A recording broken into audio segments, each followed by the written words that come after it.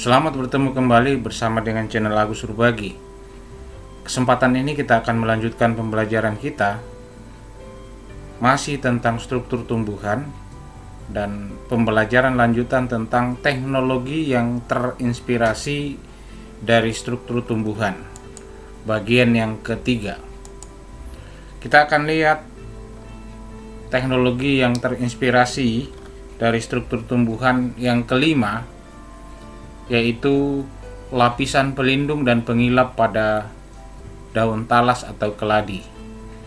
Kita ketahui bahwa pada talas, bagian luarnya itu tersusun atas kutikula, atas senyawa lipid yang berupa lilin atau biasa disebut dengan wax, dan polimer hidrokarbon yang disebut dengan kutan. Nah, ini yang menyebabkan bagian luar dari talas itu kedap air dan mengkilap. Bagian dari ini, kedua senyawa ini bersifat hidrofobik atau tidak suka air, sehingga jika air mengenai lapisan ini tidak akan membasahi daun. Kita bisa perhatikan tetesan-tetesan air di atas daun talas biasanya itu tidak mampu menembus permukaan daun. Nah, ini yang menyebabkan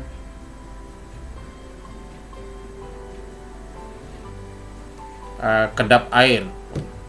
Nah, atas dasar inilah sehingga lapisan ini juga mampu mencegah menempelnya debu atau kotoran lain dan membuat daun tetap bersih.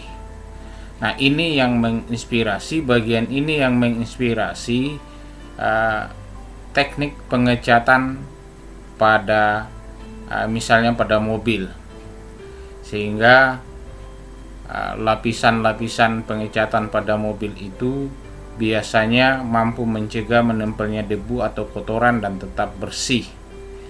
Dasar ini menginspirasi pembuatan dan teknik pengecatan pada kendaraan.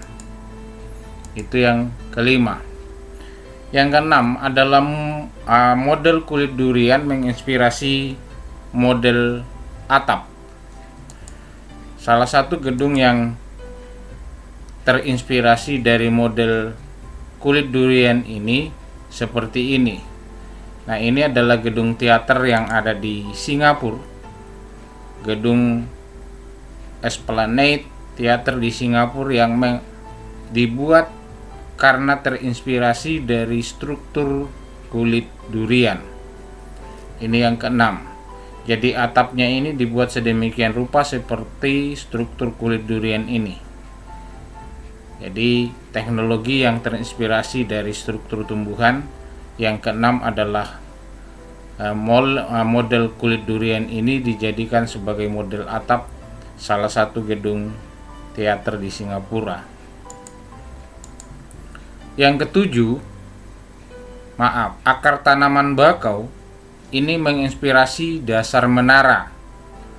Salah ketik ini, akar tanaman bakau menginspirasi dasar suatu menara. Perhatikan ini, sistem perakaran pada bakau itu yang modelnya seperti ini. Bagian dalamnya tertancap di dalam tanah, tertanam di dalam tanah, kemudian dia membentuk piramid ke atas mendukung batangnya. Nah, ini yang membuat kokoh pada tanaman bakau ketika diterpah oleh ombak pada musim ombak di pinggir pantai. Nah, ini membuat kokoh.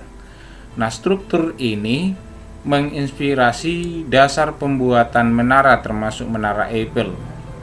Nah, perhatikan ini, dibawanya lebih besar, semakin ke atas semakin kecil, kemudian posisinya miring seperti ini.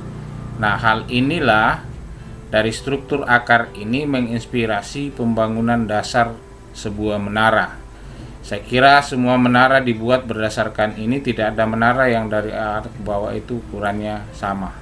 Tapi pada umumnya menara yang dibuat dasarnya berbentuk piramid ke atas karena mengambil atau terinspirasi dari struktur perakaran pada bakau. Itu yang ketujuh.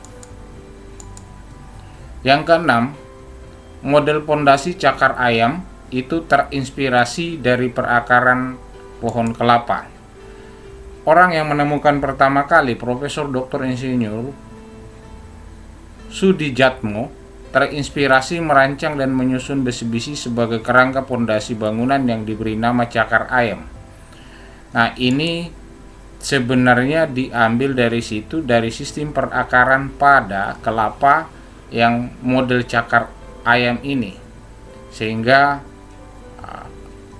dalam pembentukan pondasi bangunan sampai sekarang ini sistem yang digunakan untuk pondasinya itu adalah sistem cakar ayam, karena memang memberikan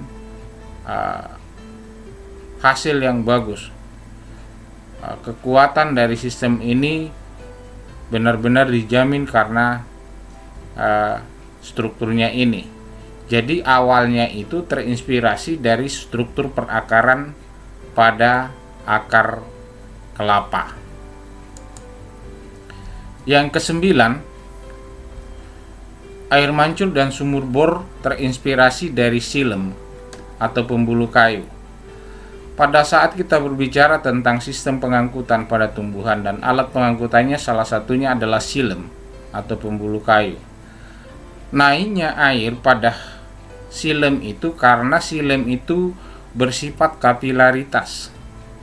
Konsep kapilaritas inilah yang menginspirasi pembuatan air mancur atau air terjun di taman-taman tanpa mesin pompa, dan juga pembuatan sumur bor atau biasa disebut dengan artetis, sumur artetis. Nah, kenapa air dari akar itu bisa naik ke daun melawan ketinggian? Karena sifat kapilaritas pada batang. Nah, dalam pembuatan teknologi yang ada, misalnya air mancur ini tidak menggunakan pompa, tapi yang diterapkan di sini adalah bagaimana pipanya itu bersifat kapiler sehingga air bisa naik dan memancar seperti ini. Termasuk pada sumur bor dibuat seperti konsep kapilaritas. Sumur bor itu biasanya sekian meter ke dalam tanah, tapi itu air bisa naik karena pipa yang dipakai dibuat dengan konsep kapilaritas sehingga airnya lancar naik ke atas. Nah, ini struktur tumbuhan yang kesembilan yang menginspirasi konsep pembuatan air mancur dan sumur bor atau sumur artetis. Nah, demikian pembahasan kita hari ini tentang teknologi yang terinspirasi dari struktur tumbuhan.